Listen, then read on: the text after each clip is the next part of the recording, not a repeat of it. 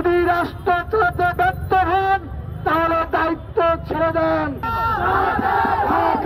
তারা যদি মাথা চারা দিতে চায় ওই মাথাগুলো ভাঙতে আমরা পারবো ইনশাআল্লাহ।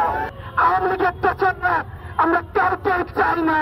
এই ছাত্র সমাজ কিন্তু রাস্তা ছাড়ে নাই।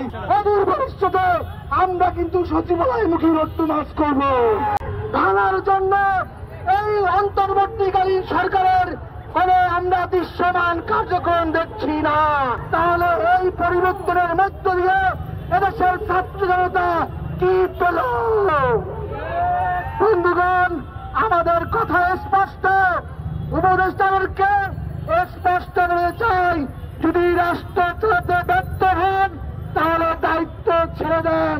জনগণের সাথে তামাশা করবেন না।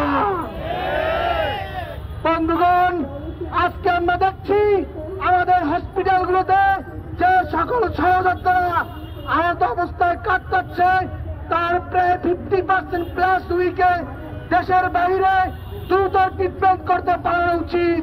কিন্তু এই স্বাস্থ্য মন্ত্রণালয় থেকে আমরা দৃশ্যমান কোনো পদক্ষেপ দেখতে পাচ্ছি না। আমরা দৃশ্যমান ব্যবস্থা রাখতে চাই। আমরা আর ওই খুনি শেখ হাসিনার মতো চটকদার বিজ্ঞাপনী কথা শুনতে চাই না। এদেশের মানুষ বাস্তবতায় বিশ্বাসী। এদেশের বিপ্লবী জনতা রিয়ালিটি দেখতে চায়। কোন দুজন বাজুন দিয়ে আর রাষ্ট্র পরিচালনা করা যাবে না। সংগ্রামী বন্ধুগণ, আজকে আইন শৃঙ্খলার যা অবনতি হয়েছে, কোথাও রুল অফ ল চলছে না। স্বরাষ্ট্রমন্ত্রী এখনো কেন, স্বরাষ্ট্র উপদেষ্টা কেন এখনো রুল অফ ল বাস্তবায়ন করতে পারছে না? তাকে তা স্পষ্টভাবে জনগণের কাছে জবাবদারি করতে হবে।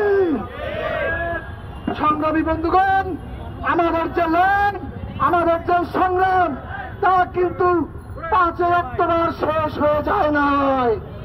এই রাষ্ট্রের সংস্কার নিয়ে, এই রাষ্ট্রের পরিবর্তন নিয়ে এদেশের ছাত্র জনতা যেই রক্ত শপথ নিয়ে, যেই রক্ত দিয়ে এই বিজয় অর্জন করেছে, সেই বিজয়কে সমুন্নত রাখতে হলে আমরা প্রয়োজনে গণভবন রক্ত মার্চ করেছি। অদূর ভবিষ্যতে আমরা কিন্তু সচিবালয়মুখী রোড মার্চ করব। অতএব সাবধান হয়ে যান। দৃশ্যমান পরিবর্তন দেখতে চাই, দৃশ্যমান সমস্যার সমাধান দেখতে চাই। আগামীর বাংলাদেশ হবে পরিবর্তনের বাংলাদেশ। আগামী বাংলাদেশ হবে ন্যায় বাংলাদেশ। আগামী বাংলাদেশ হবে বৈষম্যহীন বাংলাদেশ। সেই আশা ব্যক্ত করে আমি আমার বক্তব্য শেষ করতে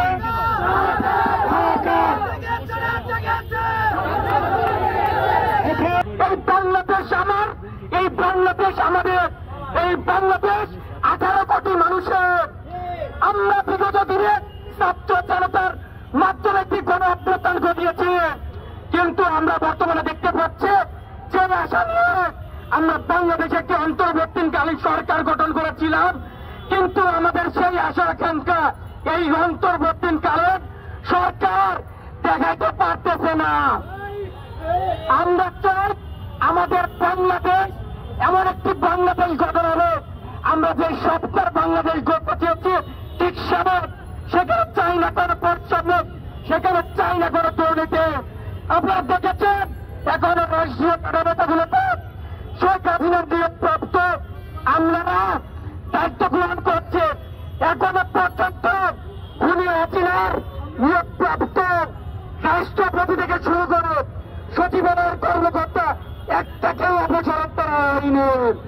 শেখ হাসিনাকে চাইনি তেমনই ভাবে শেখ হাসিনাকে সাহেব, শেখ হাসিনার নিয়োগপ্রাপ্ত সাহেব আওয়ামী লীগের পেছনে আমরা কাউকে চাই না। শেখ হাসিনার আমাদের যেভাবে বাংলাদেশ চলছে, এই অন্তর্বর্তীকালীন থাকা সরকারের উচিত আমার বাংলাদেশ সেইভাবে চলতে পারে না। আমার বাংলাদেশে যদি আগামীতে দেখি যেন দুর্নীতি হচ্ছে, শেখ হাসিনা থেকে সেভাবে সরা হচ্ছে, আমরা বর্তমানে সরকার থেকে সেইভাবে সরাবো। তারা যেই পরিমাণ আওয়ামী লীগের মানে ঘুষ, চাঁদাবাজি, টেন্ডার সকল কিছু করেছে, এখনো এই আওয়ামী লীগের দোষরা রয়ে গেছে। এখনো এই চাঁদাবাজি ঘুষ নিয়ে তারা এখনো সচিবালয়ে পড়ে আছে। আমরা এই সচিবালয় সংস্কার চাই, এই সচিবদেরকে বিতাড়িত করতে চাই। আমরা গুরুত্ব সংস্কার করতে চাই। এই সরকার বিগত ফ্যাসিস্ট সরকার গত 15 বছর ধরে এই দেশকে শোষণ করার নাম করে বিগত দিনে তারা দেশটাকে দলীয়করণ করেছে। তাই বাংলাদেশের প্রত্যেকটা সেক্টরে, সেটা হোক প্রশাসনিক সেক্টর, সেটা হোক সচিবালয়, প্রত্যেকটা জায়গাতে তারা তিলে তিলে ছাত্রলীগের বঞ্চভূতদেরকে এমন ভাবে পুড়ে গেছে যেন আগামী 100 বছর ধরে তাদের প্রজন্মকে চিন্তা করতে না হয়, আওয়ামী লীগকে কোনো চিন্তা করতে না হয়। আমরা বলতে চাই, আমরা যে যুদ্ধ করেছি, আমরা 15 বছর ধরে যে অত্যাচারের প্রেক্ষিতে গত 2 মাস আগে দেশকে যেভাবে স্বাধীন করেছি, আমরা কিন্তু কিচ্ছু ভুলি নাই। তাই আগামী দিনে ওই ফ্যাসিস্ট সরকারের যে বীজ তারা বুনে গেছিল, তারা যদি মাথা যারা দিতে চায়, ওই মাথাগুলো ভাঙতে আমরা পারবো ইনশাআল্লাহ। এই ছাত্র সমাজ কিন্তু রাস্তা ছাড়ে নাই। আপনারা যাই করবেন বুঝে শুনে কাজ করবেন ইনশাআল্লাহ।